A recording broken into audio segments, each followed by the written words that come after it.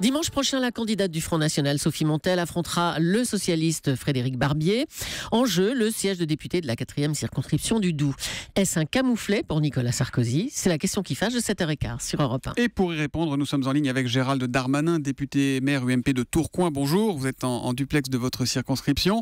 Vous êtes aussi Gérald Darmanin, secrétaire général adjoint de l'UMP. Il y a quelques jours, vous étiez dans ce studio, invité de Jean-Pierre Elkabbach, et vous disiez « Charles Demouge, le candidat UMP, sera au second tour et il gagnera cette élection. On n'a pas élu Nicolas Sarkozy, on ne réorganise pas le parti en imaginant que notre candidat soit éliminé. » Qu'est-ce qui s'est passé ?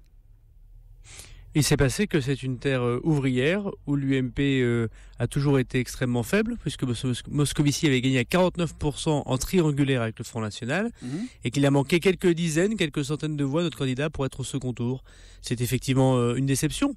Ça veut dire que la droite, pour l'instant, n'a pas encore réussi à créer l'alternance dans les terres de gauche, dans les terres où le Front National est parmi les plus puissants de France. C'est l'une des 35 circonscriptions de France où le Front National fait des scores très importants. Aux européennes, il faisait 35%, le même score que maintenant aujourd'hui, si j'ose dire. Mais est-ce que ça ne veut pas dire, Gérald Darmanin, qu'aujourd'hui, la droite, c'est d'abord le Front National, que le FN prend le pas sur l'UMP ?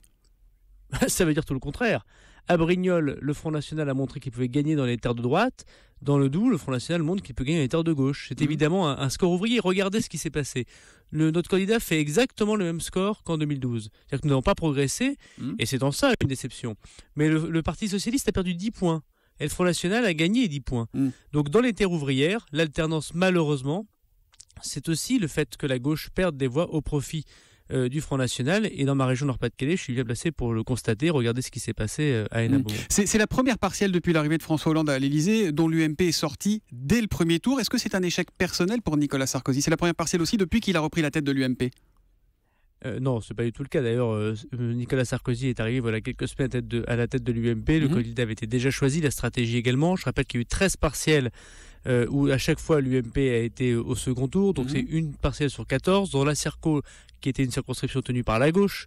Donc nous n'avons pas perdu une circonscription, contrairement à ce qu'on peut dire. Que parallèlement à Ajaccio, encore une fois, vous l'annonciez gagner cette circonscription il y a quelques jours. Mais parce que évidemment, lorsqu'on est responsable d'un parti politique, lorsque l'on a été sur le terrain, lorsque l'on voit ce qui se passe sur le terrain, on a tendance à penser qu'il faut donner de l'espoir à tout le monde et que nous puissions être au second tour. Tout montrait, et regardez les résultats, que tout était possible d'être au second tour. Mais est-ce que Nicolas Sarkozy n'a pas fait l'erreur de ne pas y aller ? On sait que Manuel Valls y est allé en campagne dans le Doubs. On sait que Marine Le Pen y est allée.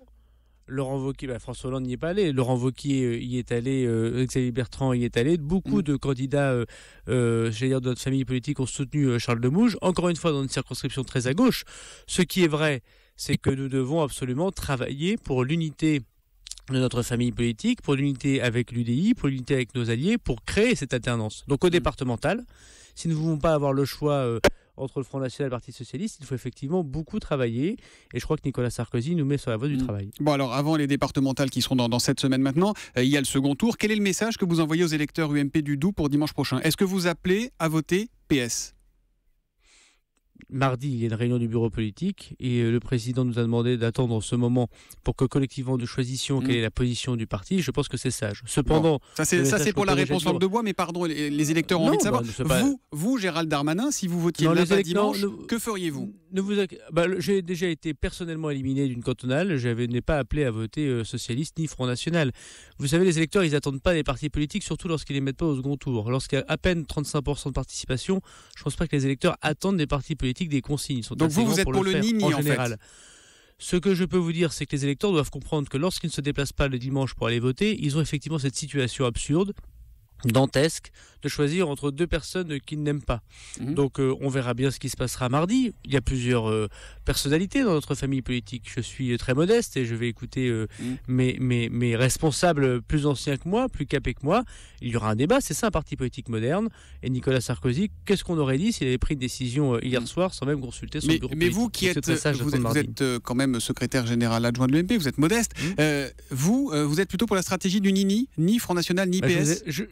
Je vous ai répondu. Moi, dans ma région, il y a ceux qui ont créé les situations dans lesquelles le Front National prospère, c'est le Parti Socialiste, et puis il y a ceux qui aggrave ce constat, c'est le Front National.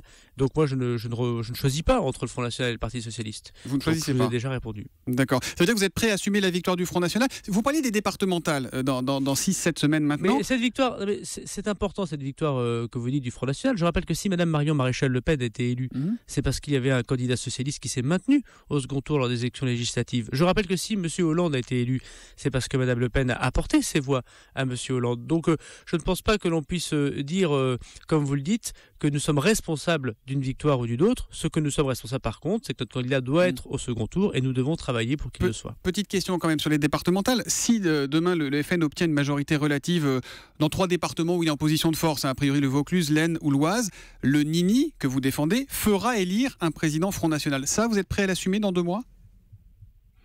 Alors je pense qu'il ne faut pas confondre la responsabilité des électeurs, sur lesquels les partis politiques n'ont pas de prise, et la responsabilité des élus, qui portent effectivement une adhésion dans un parti politique. Il est évident que notre famille politique ne peut pas élire un président de conseil général Front National. Bon. Cependant, les électeurs, eux, sont tout à fait libres de leur choix, et je pense que les partis politiques modernes devraient avoir la modestie de comprendre qu'ils doivent travailler à créer un espoir plutôt que de leur jeter des anathèmes.